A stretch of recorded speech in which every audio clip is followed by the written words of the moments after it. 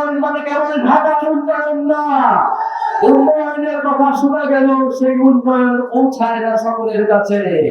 সেই ফ্যাসিস্ট সরকারের পতন হলেও সেই ফ্যাসিস্ট ব্যবস্থা কিন্তু রয়ে গেছে।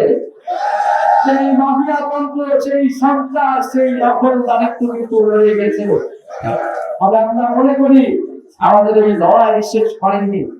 সেই লড়াই চলমান রাখার জন্য, নতুন দেশ গঠনের জন্য আমরা আপনাদেরকে আহ্বান জানাচ্ছি যে গণঅভ্যুত্থানের সীমান্তের কান্না পরিগ্রাম নেই, কাঁটাতে ছুড়ে থাকা আমার বোন ফেরানির লাশ।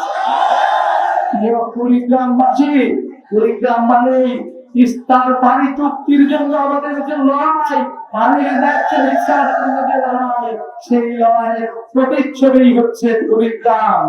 কুড়িগ্রাম মানে মুক্তিযুদ্ধের দারবন্দিনী রক্ত হাতে তুলে নেওয়া।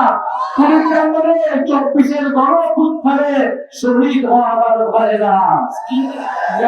প্রিয় কুড়িগ্রামবাসী, কুড়িগ্রাম সবসময় নির্যাতিত হয়েছে, অবহেলিত হয়েছে, বৈষম্যের শিকার হয়েছে।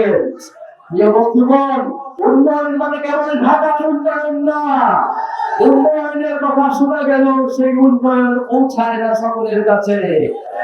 তাই আমাদের এবার উন্নয়নের সংজ্ঞা ঠিক করতে হবে যে উন্নয়নের সুযোগ সুবিধা কার কাছে পৌঁছালে সেটাকে আমরা প্রকৃত উন্নয়ন বলবো।